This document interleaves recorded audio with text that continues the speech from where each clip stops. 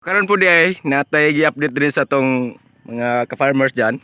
So karon ato ni siyang harveston mga ka-farmers kay tan-aw ko murag madali siya baligya sa atong buyers mga ka-farmers.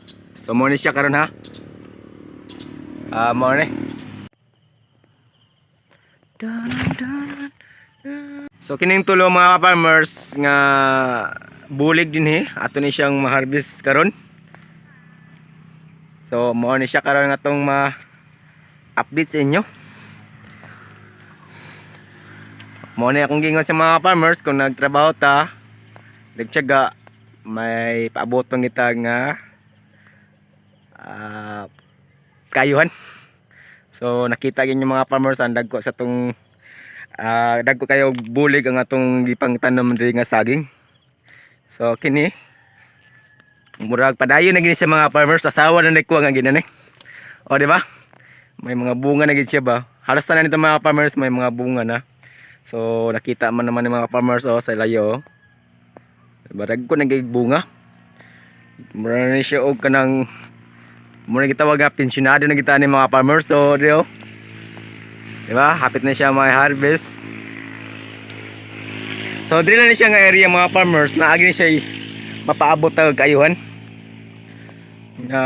Wala gi imposible kung magtrabaho gud mo nila kung ingon advance siya kung magtrabaho ta asawan lagi ko nga ni mabuhay lagi siguro. So kini mo na siya, so mangita ng tani panahon na siya mangita kung naal pa lim dawat lagi. Kini daghan lagi siya bunga rin siya karon ato lang ini i-update sa inyo kay mura og gisadlan naman nato ni ang gitawag nilang buhay ka probinsya, buhay farmers. So yun, medyo may paghambog rito nga may diri kay mao naman gitawag nga nakita nang po nato ang atong mga gipanghimo.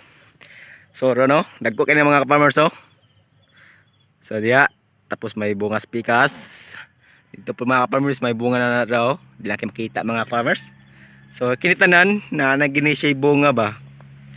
Na tapos yun, kini nga batong mga farmers na yato tayo gipang kabit rin nga batong din sa atong mga guwang taong mga farmers. So kung na siyang gitanuman og batong nya makaharvest na putag sugod. Ingon la mo na gitawag nga diskarte ni siya sa panginabuhi.